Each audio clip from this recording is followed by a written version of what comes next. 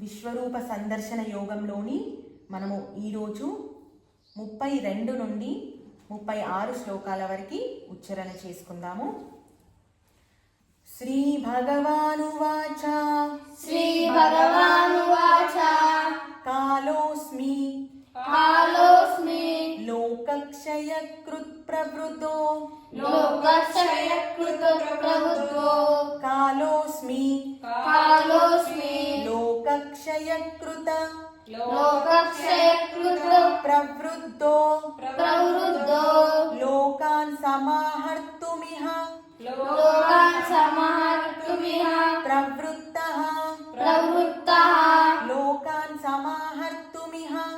లోకాన్ సమాహర్తుమిహ ప్రవృత్తః ఋతే పిత్వాన భవిష్యంతి survey ఏవ స్థితా ప్రత్యనికేషు యోధాః 33వ శ్లోకము. తస్మాత్ త్వముత్తిష్ఠ యశో లభస్వ జిత్వా శత్రూన్ భుంక్ష్వ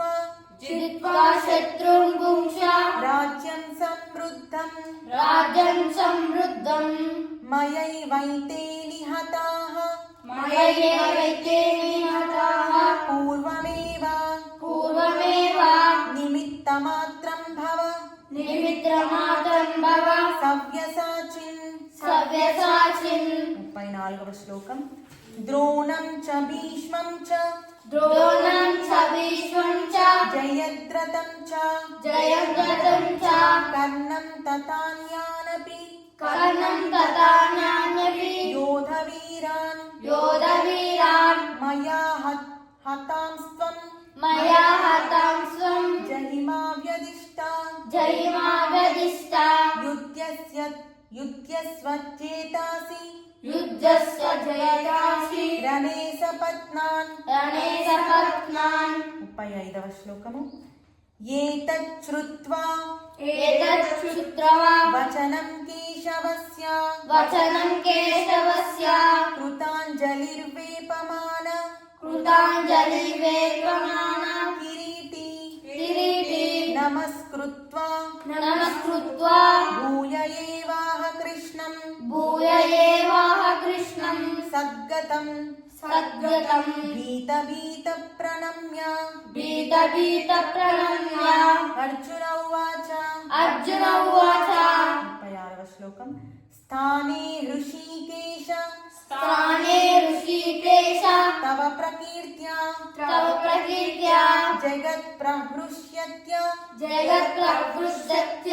అనురజ్యతే చ రక్షాంసి భీతాని దిశో ద్రవంతి సర్వే సమస్యంతి సిద్ధ సంగాః. ఇది ఈరోజు 4 శ్లోకాలు.